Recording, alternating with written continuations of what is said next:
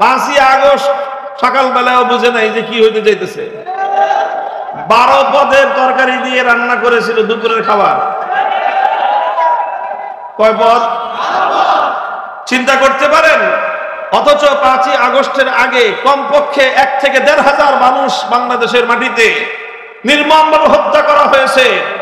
টেকনাফ থেকে তেতুলিয়া পর্যন্ত ছাত্রদের, শিশুদের, মায়েদের রক্তে আল্লাহর জমিন রঞ্জিত। আর সেই জমিনের শাসক 12 পদ দিয়ে সেই রক্তের উপর দাঁড়িয়ে খাবার খাওয়ার জন্য রান্না করা খাবার আয়েশ মেরে, মৌজ মেরে, ফুর্তি করে খাবে, এই ধরনের মানসিকতা সম্পন্ন শাসক ছিল এই মাটিতে। আমাদের কথাগুলো ভুল হলে বলেন যে হ্যাঁ, এই কথাটা আমরা ভুল বলেছি, অন্যায় বলেছি। গণভবনে 5ই আগস্ট দুপুরের রাবার খাবারের মেনু কি ছিল সেটা তালাশ করেন, দেখেন, এরপরে বলেন। আমি আর কিছু বলতে চাই না, শুধু এতটুকু বলতে চাই, যেই জনপদে এক প্রান্ত থেকে আরেক প্রান্ত পর্যন্ত লাশের গন্ধে ভরে গেছে গোটা দেশ, যেই জনপদের হাজার হাজার মানুষ পঙ্গুত্ব বরণ করে হাসপাতালের বিছানায় গুলো কাতরাচ্ছিল, যেই জনপদের মানুষ ঘরে পর্যন্ত মায়ের কোলে, বাবার কোলে সন্তানগুলি বিদ্ধ হয়ে শহীদ হচ্ছিল, যেই জনপদের মানুষ নিজের ঘরের মধ্যে নিরাপদে বসবাস করতে পারছিল, যেই জনপদের মানুষ এভাবে গোটা দেশের মানুষ যখন রক্তের স্রোতে ভাসছিল, সেই জনপদের শাসক তখন এই আয়েশি খাবার খাওয়ার আয়োজন করতে পারে। কতটা মানুষের প্রতি, দেশের প্রতি, জাতির প্রতি দায়িত্ব জ্ঞানহীন হলে কাজ করা সম্ভব। মুহতারাম হাজিরিন, বলতে চাই, শিক্ষা গ্রহণ করার, আপনাদেরকে যে সবক দেওয়ার কথা বলতে চাই, আমরা নিজেরা যে সবক হাসিল করা উচিত বলে আমাদেরকে আমি সম্বোধন করছি, সেটা হলো এই যে পরিস্থিতি সবসময় অনুকূল থাকে না। আল্লাহর নবীর 63 বছরের জিন্দেগি সবসময় নিজের অনুকূল থাকে নাই। বদরের যুদ্ধে পরিবেশ অনুকূল ছিল, উহুদের যুদ্ধে পরিবেশ উল্টে গেছে, খন্দকের যুদ্ধে পরিবেশ উল্টে গিয়েছে, আবার খয়বরের জিহাদে মুসলমানদের অনুকূল চলে আসছে পরিবেশ। কখনো ওয়াতিলকাল আইয়ামু নুদাবিলুহা বাইনান নাস, আল্লাহ পাক কখনো বাতাস এদিকে প্রবাহিত করবেন তোমার অনুকূলে, কখনো বাতাস প্রবাহিত হবে তোমার প্রতিকূলে। আমাদের জন্য শিক্ষা হলো এই, আল্লাহ না করুন, আল্লাহর দ্বীনের জন্য যে কোনো কঠিন পরিস্থিতিতে, যে কোনো প্রতিকূল পরিবেশে, যে কোনো দুর্দণ্ডত্ব প্রতাপশালী যে কোনো শাসকের মুখে, যে কোনো অত্যাচারী জালিমের বুলেটের বুকের সামনে, যে কোনো অন্যায়কারী, যে কোনো খোদাদ্রোহী শক্তি তাগুতের মোকাবেলায় সিনা টান করে আবু সাঈদের মতো দাঁড়িয়ে থাকতে হবে, কেবলমাত্র আল্লাহর জন্য, কেবলমাত্র আল্লাহর দ্বীনের জন্য।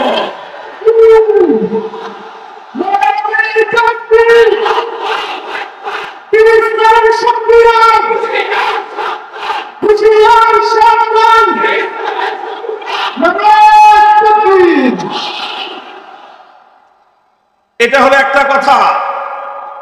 2 নম্বর কথা হলো এই, জিসকা জিতনা হো কুরবানি উতনি খুদা কি মেহেরবানি। বিপদের সময়ে, দুর্দিনে ইসলামের যারা বন্ধু, সুদিনের বন্ধুদের চেয়ে তাদের মূল্য অনেক বেশি। কাজেই শপথ করতে হবে, যখন মক্কা বিজয় হয়ে গেল, যেই মক্কা থেকে, যেই মক্কার অধিবাসীরা 13 বছর পর্যন্ত ইসলামকে ধ্বংস করার পায়তারা চালিয়েছে, আল্লাহর নবী তাদের অত্যাচারে, উৎপীড়নে মক্কা ছেড়ে চলে যেতে বাধ্য হলেন, মদিনায় গিয়ে আশ্রয় নিলেন। এই মক্কার দুরাচার কুরাইশের কাফেরেরা, তারা সেখানে গিয়েও মুসলমানরা যেন শান্তিতে ঘুমাতে পারে, তার জন্য যা কিছু ব্যাঘাত ঘটানোর জন্য যা করা দরকার তাই তারা করেছে। মদিনার উপর হামলা করার জন্য বারবার তারা আক্রমণ শানিয়েছে। এই সব কিছুর পরে 8ম হিজরিতে যখন মক্কা বিজয় হলো এবং মক্কায় আল্লাহর দ্বীন জিন্দা হয়ে গেল, মক্কায় দ্বীন কায়েম হয়ে গেল, একজন এসে বলল যে ইয়া রাসূলুল্লাহ, আমি তো এখন মক্কা থেকে মদিনায় হিজরত করতে চাই। আল্লাহ নবী বললেন, লা হিজরাতা বাদাল ফাতহি ওয়ালাকিন জিহাদুন ওয়া নিয়াতুন। লা হিজরাতা ফাতহি ওয়ালাকিন জিহাদুন ওয়া নিয়াতুন। এখন আর মক্কা ছেড়ে মদিনায় হিজরত করার কোনো ফজিলত নাই, কারণ এখন মদিনাও যেরকম ইসলামের দেশ, মক্কাও এখন ইসলামের দেশ। কাজেই এক ইসলামের দেশ ছেড়ে আরেক ইসলামের দেশে যাওয়ার মধ্যে বিশেষ কিছুই নাই। সংক্ষেপে যদি বলি, রাসূল সাল্লাল্লাহু আলাইহি ওয়াসাল্লামের জীবনের সর্ববৃহৎ যেই জিহাদ ছিল, সবচেয়ে বড় সংখ্যক বিপুল পরিমাণ সেনাবাহিনী নিয়ে, সৈনিকদেরকে নিয়ে, মুজাহিদিনদেরকে নিয়ে আল্লাহ নবী যে যুদ্ধ পরিচালনা করেছেন এবং আল্লাহ নবীর জীবনের সর্বশেষ যুদ্ধ, সেটা হলো তাবুকের জিহাদ, তাবুক যুদ্ধ। যেই যুদ্ধটা ছিল পৃথিবীর তৎকালীন সুপার পাওয়ার রোম সাম্রাজ্যের বিরুদ্ধে। সেই যুদ্ধে কয়েকটা বিষয়ে ব্যতিক্রম ছিল। একটা বিষয় হলো অনেক দূরে যেতে হবে, অনেক দূরত্বের সফর। দ্বিতীয় বিষয় ছিল যে সময়টা ছিল অত্যন্ত কঠিন, প্রচন্ড গরম, একেবারে সাংঘাতিক যে গরমের মৌসুম। এই প্রচন্ড গরমের মৌসুমে মরুভূমির পথ পাড়ি দিয়ে শত শত মাইল দূরে জিহাদের জন্য যেতে হবে। তো দূরত্ব একটা কঠিন ছিল, একটা জটিলতা ছিল। তীব্র গরম, এটা আরেকটা সমস্যা ছিল। তৃতীয় আরেকটা সমস্যা ছিল এই জিহাদের মধ্যে অংশগ্রহণকারীদের জন্য, সেটা হলো যে এমন একটা সময় এই জিহাদের ডাক এসেছিল যখন মদিনার সকল সাহাবায়ে কেরাম আর্থিকভাবে, টাকা পয়সার দিক থেকে তারা সংকটে ছিলেন। যারা কৃষি কাজ করেন তারা বিষয়টা ভালো বুঝবেন। কৃষকরা মাঠে ফসল ফলায়, তো ফসল ফলাইতে তাদের অনেক ইনভেস্ট করতে হয়, বীজ কিনতে হয়, সার কিনতে হয়, এটা সেটা করতে হয়। এগুলো করতে থাকে কৃষক। একটা পর্যায়ে তার হাতে যা টাকা পয়সা থাকে সব শেষ হয়ে যায়, কিন্তু তখনও ফসল গোলায় উঠাইতে আরো সময় বাকি। তখন কি করে? তখন খরচ করে, বিভিন্ন জায়গা থেকে ঋণ করে, সংসার চালায় বাকিতে, বাকি দোকানদারের কাছ থেকে বাকি খায়। আর এইভাবে মানুষের কাছ থেকে ঋণ পাতি করে সে কোন রকম ফসল কাটা পর্যন্ত পৌঁছানোর চেষ্টা করে। অভাব থাকে। এরপরে যখন ফসলটা কাটে তখন সেই ফসল বিক্রি করে সকলের বাকি বাটনা যা আছে ঋণ সব শোধ করে দেয়। তো এই জিহাদের ডাক আল্লাহ নবী এমন এক সময় দিয়েছিলেন, মদিনার যে মূল উপার্জনের ইনকাম সোর্স, মদিনার স্থানীয় অধিবাসীরা তারা সকলেই খেজুরের চাষাবাদ করতেন। খেজুর বছরে একবার ফলন হয়। তো সেই ফল যখন মাত্র পাকা শুরু করেছে, এখনো পরিপক্ক হয় নাই, আরো কিছুদিন সময় লাগবে, গাছে মাত্র ফল ধরেছে, পাকা ধরেছে। এখন এই সময়ে যদি কেউ বাড়ি থেকে বাইরে চলে যায়, সমস্যা দুইটা। একটা হলো সময় মতো যদি ফল না পাকা যায়, না পারা যায়, ধান পেকে গেছে, এখন যদি কেউ ধান না কাটে, তো ধান কি তার জন্য অপেক্ষা করবে? সব ধান দেখা যাবে আস্তে আস্তে মাঠে নষ্ট হয়ে যাবে। এখন মদিনার সমস্ত খেজুরের বাগানের খেজুর, গাছে গাছে খেজুর ধরেছে, কিন্তু এখনো কাটার সময় হয় নাই। এই সময় যদি জিহাদে যায় তাহলে সকলের খেজুরের বাগানের খেজুর নষ্ট হওয়ার সম্ভাবনা আছে। আর হাতে নাই কোনো টাকা পয়সা, জিহাদের সামানপত্র কিনবে কিভাবে? ঘোড়া কিনতে হবে, উট কিনতে হবে, তরবারি কিনতে হবে, লৌহ বর্ম কিনতে হবে। হাতে নাই টাকা, গাছে ফল। এই অবস্থায় যদি জিহাদের সফরে যায় তাহলে বিরাট আর্থিকভাবে অনেক সমস্যা এবং ক্ষতির সম্মুখীন হবে। তিনটা প্রতিকূলতা ছিল, তিনটা বাধা ছিল। কয়টা বাধা? তিনটা বাধা। এক নম্বর হলো সফরের পথ অনেক দূরত্বের, এই দূরত্বের পথ অতিক্রম করতে হবে। দুই নম্বর বাধা হলো তীব্র গরমের সংকট।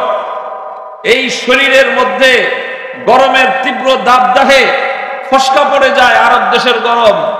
সেই গরমের মধ্যে মরুভূমি ও পাহাড়ের পথ দিয়ে পথ চলতে হবে, দীর্ঘ পথ, 1-2 মাইল না, শত শত মাইল পথ চলতে হবে। আর 3 নম্বর হলো, এখন যদি কেউ জিহাদের জন্য সফরে বের হয়, গত বছরের ফসল মাইর খাবে, আর যত বাকি বাট্টা আছে এই সমস্ত বাকি পরিশোধ করার জন্য তার কঠিন পরিস্থিতির সম্মুখীন হইতে হবে। এইরকম পরিস্থিতিতে আল্লাহর পক্ষ থেকে জিহাদের ঘোষণা আসলো, আল্লাহর নবীর পক্ষ থেকে জিহাদের ডাক আসলো। লাকাদ তাআল্লাহু আলান নাবিয়্যি ওয়াল মুহাজিরিন ওয়াল আনসার আল্লাযীনা ইত্তাবাউহু ফি সাআতিল উসরা। এইজন্য আল্লাহ বলেছেন যে প্রতিকূলতার সময়ে যারা আল্লাহ এবং তার রাসূলের ডাকে সাড়া দিল, প্রতিকূলতার সময়ে, কঠিন সময়ে যারা আল্লাহ এবং তার রাসূলের ডাকে সাড়া দিয়েছে, আল্লাহ তাদের প্রতি অনেক বেশি অনুরক্ত হয়েছেন, তাদের প্রতি আল্লাহর সন্তুষ্টি অনেক বেশি। বুঝেন না এই কথা? বললে রাগ করেন না। এই যে আপনারা এখন সারা দেশে বাঁধ ভাঙ্গা জোয়ার, আমাদেরকে দেখলে আপনারা খুব উদ্বেলিত হন। এখন হলো আমাদের একটা অনুকূল সময় চলতেছে, ভালো সময়। একটা সময় গেছে আমাদের প্রতিকূলতার সময়, যখন মামুনুল হক নাম উচ্চারণ করা বাংলাদেশের সবচেয়ে বড় অপরাধ ছিল। এই নাম যার ঘরে পাওয়া গেছে তার 14 গোষ্ঠী সহ উদ্ধার করে ছাড়ছে। অসংখ্য মানুষ আমি জানি এমন, কারাগারে বহু যুবকের সাথে দেখা হয়েছে, স্কুলে পড়ে, কলেজে পড়ে, ইউনিভার্সিটিতে পড়ে, মাদ্রাসায় পড়ে, ধরে আনছে পুলিশ, কঠিন মামলা দিয়ে জেল হাজতে চালান করে দিয়েছে। অপরাধ কি? হুজুর অপরাধ কিছুই না। কেউ বলে যে আপনার একটা ওয়াজ শুধু ফেসবুকে শেয়ার করেছিলাম, এই। কেউ বলে যে শুধু একটা কমেন্টে আপনার নাম লিখেছিলাম, এই জন্য। এরকম কিছু মানুষ ছিল দুর্দিনে, যারা উলামায়ে কেরামকে ছেড়ে যায়নি। তবে এত মানুষ ছিল না দুর্দিনে, এত মানুষ ছিল না। মনে রাখবেন, আল্লাহ পাক রব্বুল আলামিন বান্দার আমলের পরিমাপ করেন তার দুর্দিনের সময়ে, কঠিন সময়ে তার আমল কি পরিমাণ, তার সাহস কি পরিমাণ, আল্লাহর দ্বীনের জন্য তার ত্যাগ আর কোরবানি কি পরিমাণ। এই জন্য আজকে আমি বলি আপনাদেরকে, ভালো কথা, এখন আপনারা অনুকূল একটা পরিবেশে দ্বীনের মাহফিলে, কোরআনের মাহফিলে উলামায়ে কেরামের পিছনে জিন্দাবাদের স্লোগান দিচ্ছেন। এটা এখন থেকে পাক্কা নিয়ত করেন যে আল্লাহ যদি আল্লাহ না করুক, আবার যদি কোনোদিন আমাদের উপর বিপদ আসে, আবার যদি কোনোদিন আল্লাহর দ্বীনের পথে কেউ বাধা সৃষ্টি করবার চেষ্টা করে, আবার যদি কেউ আল্লাহর দ্বীনের বিরুদ্ধে আল্লাহর জমিনে কোন তৎপরতা পরিচালনা করে, অবস্থা যত ভয়াবহ আর যত প্রতিকূলতাই হোক না কেন, জান আর মালের কোনো তোয়াক্কা না করে আল্লাহর দ্বীনের হেফাজতের জন্য আবার মাঠে নেমে পড়ব।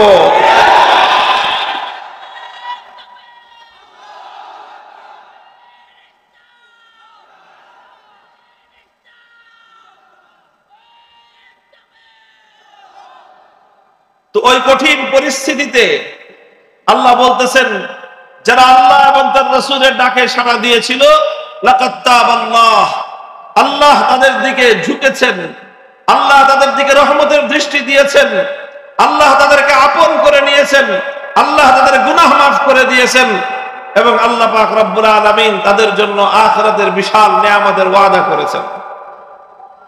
এটা হলো একটা মূল ঘটনা। এই ঘটনার আলোকে আমি আর লম্বা কথা ইতিহাস বললাম না, শুধু এতটুকু বললাম, এই তবুকের জিহাদে আবু বকর সিদ্দিক রাদিয়াল্লাহু আনহু এবং হযরত ওসমান রাদিয়াল্লাহু তাআলা আনহু তারা ঐতিহাসিক ভূমিকা পালন করেছিলেন। একটা ঘটনা আমরা সকলেই জানি, আবু বকর সিদ্দিক এবং ওমর ফারুক রাদিয়াল্লাহু আনহুমা আল্লাহর রাস্তায় সাদকা করার জন্য, দান করতে গিয়ে তারা প্রতিযোগিতায় লিপ্ত হয়েছিলেন। হযরত ওমর রাদিয়াল্লাহু আনহু বাড়িতে যা তার সম্পদ ছিল, তার সমস্ত সম্পদের অর্ধেক আল্লাহর নবীর কাছে পেশ করে দিয়েছিলেন। আর মনে মনে তিনি আশা করেছিলেন যে কোনোদিন তো আবু বকর সিদ্দিকের সাথে আমি প্রতিযোগিতায় কুলায় উঠতে পারি না, আজকে এই কঠিন সময়ে আমি আমার জিন্দেগীর উপার্জিত সমস্ত সম্পত্তির অর্ধেক আল্লাহর রাস্তায় দিয়ে দিলাম, আজকে ইনশাআল্লাহ আমি আবু বকর সিদ্দিকের চেয়ে অগ্রসর হয়ে যাব রাদিয়াল্লাহু আনহু। কিছুক্ষণ পরে আবু বকর সিদ্দিক রাদিয়াল্লাহু আনহু আসলেন আল্লাহর নবীর কাছে, তিনিও তার সম্পত্তি পেশ করলেন। পরিমাণে হযরত ওমরের চেয়ে তার সম্পদ অনেক কম ছিল।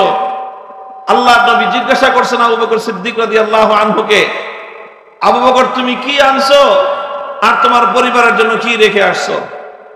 তিনি বললেন যে ইয়া রাসূলুল্লাহ, বাড়িতে গিয়ে আমার জীবনের উপার্জিত সঞ্চিত যা সম্পত্তি ছিল সব আমি আল্লাহ এবং তার রাসূলের জন্য নিয়ে আসছি, যা ছিল সব জমা করে দিলাম আপনার কাছে। তাহলে তোমার পরিবারের জন্য কি রেখে আসছো? তিনি বললেন যে আমার পরিবারের জন্য আমি শুধু আল্লাহ এবং তার রাসূলকে রেখে আসছি। এই সেই জিহাদ, যেই জিহাদের মধ্যে আবু বকর সিদ্দিক রাদিয়াল্লাহু আনহু এইভাবে জীবনের উপার্জিত সমস্ত সম্পত্তি আল্লাহর রাস্তায় কুরবানি করে দিয়েছিলেন। এই জিহাদে হযরত ওসমান রাদিয়াল্লাহু তাআলা আনহু 300 উট এবং এই উটগুলো বোঝাই করা যত মাল, 300 উট তার পিঠ ভর্তি বোঝাই করা মালামাল সহ জিহাদের জন্য আল্লাহর নবীর কাছে তিনি হাওয়ালা করে দিয়েছেন, আল্লাহর রাস্তায় তিনি দান করে দিয়েছেন। উসমান রাদিয়াল্লাহু আনহুর এই বিপুল পরিমাণ দান দেখে আল্লাহর নবী এত খুশি হয়েছিলেন, নবীজি সেই দিন ঘোষণা করেছিলেন মা আলা উসমান মা আমিলা বাদাল ইয়াউম। উসমান আজ যা করেছে, আল্লাহ উসমানের প্রতি এত খুশি হয়েছেন যে আজকের পরে ওসমান যতদিন বেঁচে থাকবে সে কি করলো আর না করলো সেটা দেখার বিষয় নয়, আজকের আমলের দ্বারা সে আল্লাহ এবং তার রাসূলকে রাজি করে নিয়েছে। মুহতারাম হাজিরিন, এটাই কথা। আমি আজকে ইসলামের এই সময়ে বাংলাদেশে আলহামদুলিল্লাহ ইসলামের একটা অনুকূল হাওয়া বইছে, এখন একটা অনুকূল বাতাস প্রবাহিত হচ্ছে। এই সময় আমি আপনাদেরকে দুটো কথা স্মরণ করায় দিতে চাই। এক নম্বর কথা হলো ওয়াতিলকাল আইয়ামু নুদাবিলুহা বাইনান নাস। আল্লাহ পাক রব্বুল আলামিন বাতাসের গতি সব সময় একজনের পক্ষে রাখেন না। বাতাসের গতি সব সময় একজনের পক্ষে থাকে না। মা কুল্লু মা ইয়াতামান্নাল মারউ ইউদরিকুহু তাজরির রিয়াহু বিমা লা তাশতাহিস সুফুনু। যাওয়ার সময় যদি আপনি উজান ফেলেন, আসার সময় তাহলে আপনি দেখা যাবে যে বাটিতে আসতে হবে। আপনার যাইতে যদি কষ্ট হয়, আসতে সহজ হবে। আজকে যদি আপনার ভালো যায়, আগামীকালকে আপনার প্রতিকূল অবস্থা আসতে পারে। আজকে যদি আপনার বিপদ থাকে, ইনশাআল্লাহ আগামীকালকে আপনার জন্য নতুন ভোরের সূর্যোদয় হবে। সময়ের পরিবর্তন হতে পারে, অবস্থার পরিবর্তন হওয়া এটাই হলো পৃথিবীর স্বাভাবিকতা। যারা এই ক্ষণস্থায়ী দুনিয়ার ক্ষমতা পেয়ে, যারা অল্প কিছুদিনের এই দুনিয়ার মসনদ পেয়ে, দুনিয়ার রাজ্য ক্ষমতা পেয়ে, দুনিয়ার রাষ্ট্র ক্ষমতা পেয়ে ভুলে যায় যে এরও বিপরীত কোনো অবস্থা হতে পারে। যারা সামান্য কিছুদিনের জন্য এই রাষ্ট্র ক্ষমতাকে হাতের মুঠোয় পেয়ে, রাষ্ট্র শক্তিকে নিজের হাতের মুঠোয় ব্যবহার করার সুযোগ পেয়ে ভুলে যায় যে তাদেরও আবার একদিন জনতার কাঠগড়ায় দাঁড় হতে পারে, দাঁড় হওয়া রাখতে পারে। যারা ভুলে যায় যে বাতাস সবসময় নিজের অনুকূলে থাকে না, তাদের কি ধরনের পরিণাম হতে পারে। হে পৃথিবীবাসী, বাংলাদেশের মানুষ আগামী 100 বছর পর্যন্ত শেখ হাসিনার পরিণাম দেখে শিক্ষা নিও, শিক্ষা গ্রহণ করে নিও। আমরা অনেক উপদেশ দিয়েছিলাম, অনেক কল্যাণকামিতার কথা বলেছিলাম। আমরা যত কল্যাণকামিতার কথা বলেছি, আমাদেরকে তত বেশি প্রতিপক্ষ সাব্যস্ত করা হয়েছে। আমরা যত নসিহত করেছি, আমাদেরকে তত শত্রু ভাবা হয়েছে। আমরা যতবার বলেছিলাম যে এভাবে আল্লাহর দ্বীনের বিরুদ্ধে, ইসলামের বিরুদ্ধে, ইসলামের মূল চিন্তা এবং চেতনাকে সমাজ থেকে ভুলুণ্ঠিত করবার এই পায়তারাগুলো বন্ধ করেন, আমরা যতই বলেছি বিষয়গুলোকে তারা আমাদের জন্য শত্রুতা পোষণ করে আমাদের বিরুদ্ধাচরণ করে গেছেন। মনে করেছিল যে এই ক্ষমতার মসনদ বুঝি আর কোনোদিন তার কাছ থেকে কেউ ছিনিয়ে নিতে পারবে না। মুহতারাম হাজিরিন, ফাআতাহুমুল্লাহু মিন হাইসু লাম ইয়াহতাসিবু, ফাআতাহুমুল্লাহু মিন হাইসু লাম ইয়াহতাসিবু। এরপরে আল্লাহ পাক রব্বুল আলামিন এমন ভাবে পাকড়াও করেছেন যে এইভাবে পাকড়াও হতে পারে কোনোদিন কল্পনাও করে নাই। 5ই আগস্ট সকালবেলাও বুঝে নাই যে কি হইতে যাইতেছে। 12 পদের তরকারি দিয়ে রান্না করেছিল দুপুরের খাবার। কয় পদ? চিন্তা করতে পারেন? অথচ 5ই আগস্টের আগে কমপক্ষে 1 থেকে 1,500 মানুষ বাংলাদেশের মাটিতে নির্মমভাবে হত্যা করা হয়েছে। টেকনাফ থেকে তেতুলিয়া পর্যন্ত ছাত্রদের, শিশুদের, মায়েদের রক্তে আল্লাহর এই জমিন রঞ্জিত। আর সেই জমিনের শাসক 12 পথ দিয়ে সেই রক্তের উপর দাঁড়িয়ে খাবার খাওয়ার জন্য রান্না করা খাবার আয়েশ মেরে, মৌজ মেরে, ফুর্তি করে খাবে, এই ধরনের মানসিকতা সম্পন্ন শাসক ছিল এই মাটিতে। আমাদের কথাগুলো ভুল হলে বলেন যে হ্যাঁ, এই কথাটা আমরা ভুল বলেছি, অন্যায় বলেছি। গণভবনে 5ই আগস্ট দুপুরের খাবারের মেনু কি ছিল সেটা তালাশ করেন, দেখেন, এরপরে বলেন। আমি আর কিছু বলতে চাই না, শুধু এতটুকু বলতে চাই, যেই জনপদে এক প্রান্ত থেকে আরেক প্রান্ত পর্যন্ত লাশের গন্ধে ভরে গেছে গোটা দেশ, যেই জনপদের হাজার হাজার মানুষ পঙ্গুত্ব বরণ করে হাসপাতালের বিছানায় করে কাতরাচ্ছিল, যেই জনপদের মানুষ ঘরে পর্যন্ত মায়ের কোলে, বাবার কোলে সন্তানগুলি বিদ্ধ হয়ে শহীদ হচ্ছিল, যেই জনপদের মানুষ নিজের ঘরের মধ্যে নিরাপদে বসবাস করতে পারছিল, যেই জনপদের মানুষ এভাবে গোটা দেশের মানুষ যখন রক্তের স্রোতে ভাসছিল, সেই জনপদের শাসক তখন এই আয়েশি খাবার খাওয়ার আয়োজন করতে পারে। কতটা মানুষের প্রতি, দেশের প্রতি, জাতির প্রতি দায়িত্ব জ্ঞানহীন হলে এই কাজ করা সম্ভব। মুহতারাম হাজিরিন, বলতে চাই, শিক্ষা গ্রহণ করার, আপনাদেরকে যে সবক দেওয়ার কথা বলতে চাই, আমরা নিজেরা যে সবক হাসিল করা উচিত বলে আমি আমাদেরকে আমি সম্বোধন করছি, সেটা হলো এই যে পরিস্থিতি সবসময় অনুকূল থাকে না। আল্লাহর নবীর 63 বছরের জিন্দেগি সবসময় নিজের অনুকূল থাকে নাই। বদরের যুদ্ধে পরিবেশ অনুকূল ছিল, উহুদের যুদ্ধে পরিবেশ উল্টে গেছে, খন্দকের যুদ্ধে পরিবেশ উল্টে গিয়েছে, আবার খায়বারের জিহাদে মুসলমানদের অনুকূল চলে আসছে পরিবেশ। কখনো ওয়াতিলকাল আইয়ামু নুদাবিলুহা বাইনান নাস, আল্লাহ পাক কখনো বাতাস এদিকে প্রবাহিত করবেন তোমার অনুকূলে, কখনো বাতাস প্রবাহিত হবে তোমার প্রতিকূলে। আমাদের জন্য শিক্ষা হলো এই, আল্লাহ না করুন, আল্লাহর দ্বীনের জন্য যে কোনো কঠিন পরিস্থিতিতে, যে কোনো প্রতিকূল পরিবেশে, যে কোনো দুর্দণ্ডত্ব প্রতাপশালী যে কোনো শাসকের মুখে, যে কোনো অত্যাচারী জালিমের বুলেটের বুকের সামনে, যে কোনো অন্যায়কারী, যে কোনো খোদাদ্রোহী শক্তি তাগুতের মোকাবেলায় সিনা টান করে আবু সাঈদের মতো দাঁড়িয়ে থাকতে হবে, কেবলমাত্র আল্লাহর জন্য, কেবলমাত্র আল্লাহর দ্বীনের জন্য।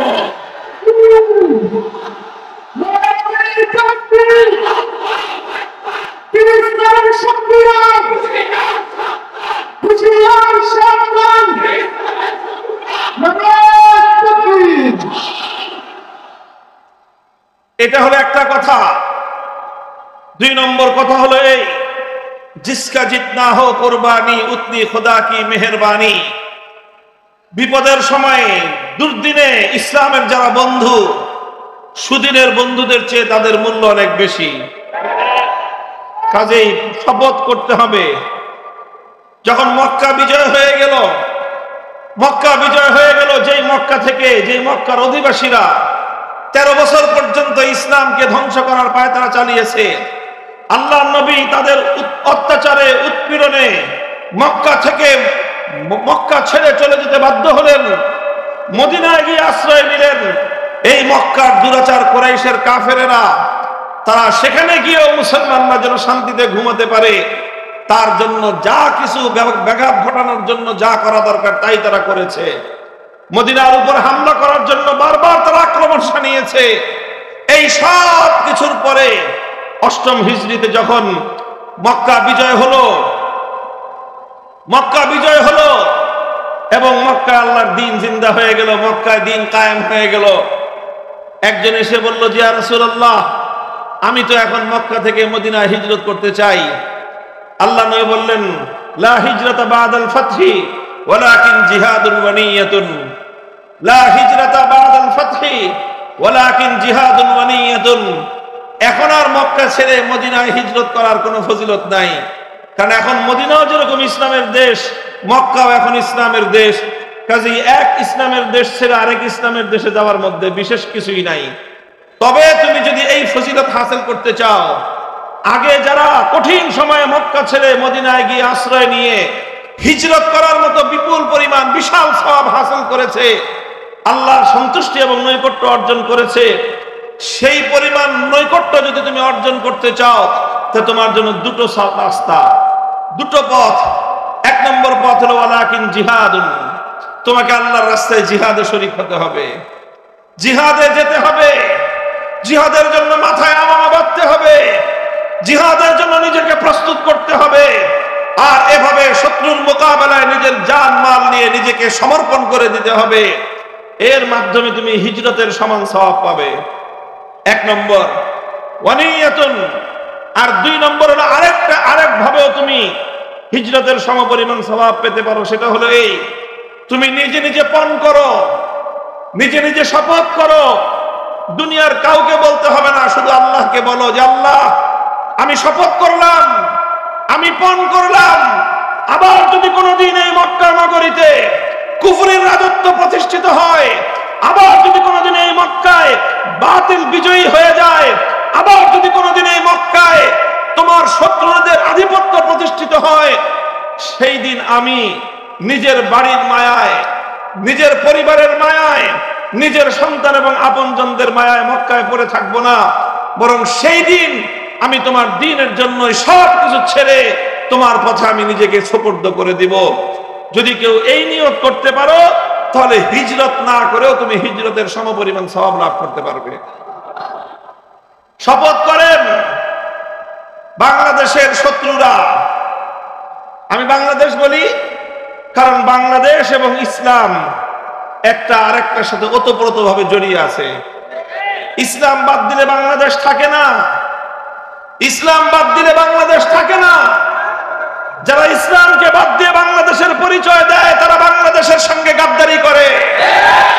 হাজার বছরের ইতিহাস, এই বাংলাদেশ এমনি তৈরি হয় নাই। 200 বছর পর্যন্ত ব্রিটিশদের বিরুদ্ধে আজাদির সংগ্রাম করতে হয়েছে এই দেশটা অর্জন করতে গিয়ে।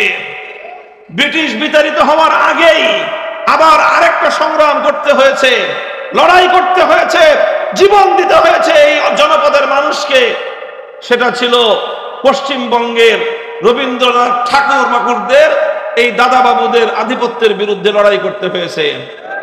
রবীন্দ্রনাথ আজকে বাংলাদেশের অনেক এক শ্রেণীর মানুষের কাছে একটা দেবতা তুল্য হয়ে গেছে, অথচ বিগত 100 বছর, বিগত 19 শতকে, 18 শতকে সে একজন চরম সাম্প্রদায়িক মুসলিম বিদ্বেষী ব্যক্তি ছিল। কবিতা ভালো লেখছে ভিন্ন কথা, তার সাহিত্য উচ্চাঙ্গের সেটা ভিন্ন কথা, কিন্তু যদি আমি তাকে মানবিক দৃষ্টিকোণ থেকে যখন আমি দেখি, রবীন্দ্রনাথকে একজন সাম্প্রদায়িক, একজন উগ্র হিন্দু ছাড়া আমি আর কিছুই বলতে পারি না। তারা এই মুসলমানরা যেন, তখন বঙ্গ 2 ভাগ ছিল, পশ্চিমবঙ্গ আর পূর্ববঙ্গ। আমরা ছিলাম পূর্ববঙ্গে, পূর্ববঙ্গে ছিল মুসলিম অধ্যুষিত, পশ্চিমবঙ্গ ছিল বেশিরভাগ হিন্দু অধ্যুষিত। আর এরকম বছরের পর বছর ধরে পশ্চিমবঙ্গের লোকেরা তারা খবরদারি করত, নেতাগিরি করত, সব তারা করত, আর এই পূর্ববঙ্গের মুসলমানরা ছিল অবহেলিত। যখন পূর্ববঙ্গের মুসলমানরা মাথা তুলে দাঁড়ানোর চেষ্টা করেছিল, এই পূর্ববঙ্গের নবাব স্যার সলিমুল্লাহ, নবাব পরিবার যারা আলেম ওলামাদের সাথে সম্পর্ক রাখত, নবাব সলিমুল্লাহ সেই যুগে আমাদের এই গোটা কওমি অঙ্গনের সেরেতাজ মুজাদ্দিদে মিল্লাত হাকিমুল উম্মাত শাহ আশরাফ আলী থানভী রাহমাতুল্লাহ আলাইহি, ওনাকে তিনি এই অঞ্চলে এনেছিলেন। এই নবাব স্যার সলিমুল্লাহ সাহেব, ওনারা এই সমস্ত নবাব, মুসলমান নবাবেরা এবং এদেশের মুসলমানরা তারা চাইল যে পশ্চিমবঙ্গের দাদা বাবুদের করতলগত আমরা থাকবো না, আমরা আমাদের এই অঞ্চলের মানুষের জীবনমানের উন্নয়ন ঘটাবো। এদেশের মুসলমানরা স্বতন্ত্র জাতিসত্তা নিয়ে, নিজস্ব পরিচয় নিয়ে তারা মাথা তুলে দাঁড়াবে। এই চেষ্টা যখন এই পূর্ববঙ্গের মুসলমানরা করলো, পশ্চিমবঙ্গের রবীন্দ্রনাথ ঠাকুরদের নেতৃত্বে হিন্দুরা তখন বঙ্গবঙ্গ রদ নামে তারা সহিংস আন্দোলন করেছিল। কি আন্দোলন? শব্দটা মুখস্থ করে রাখবেন। আমরা যখন আন্দোলন করি তখন আমাদেরকে জঙ্গিবাদী বলো, অথচ এই রবীন্দ্রনাথ ঠাকুর এবং তার সহকর্মীরা তাদের আন্দোলনের নামই ছিল সহিংস আন্দোলন, মানে জঙ্গিবাদী আন্দোলন। সেই সহিংস আন্দোলনের মাধ্যমে শত শত মানুষ মুসলমানদেরকে পুড়িয়ে মেরেছে, আর এইভাবে সহিংসতার মধ্য দিয়ে পূর্ববঙ্গের মুসলমানদের উত্থানকে তারা ঠেকিয়ে রাখার চেষ্টা করেছিল। পূর্ববঙ্গের মুসলমানরা লড়াই করেছে। 1947 সালে যখন সুযোগ এসেছে, সঙ্গে সঙ্গে পশ্চিমবঙ্গের দাদা বাবুদেরকে 3 তালাক দিয়ে পূর্ববঙ্গের মুসলমানরা মাথা উঁচু করে দাঁড়িয়ে গেছে।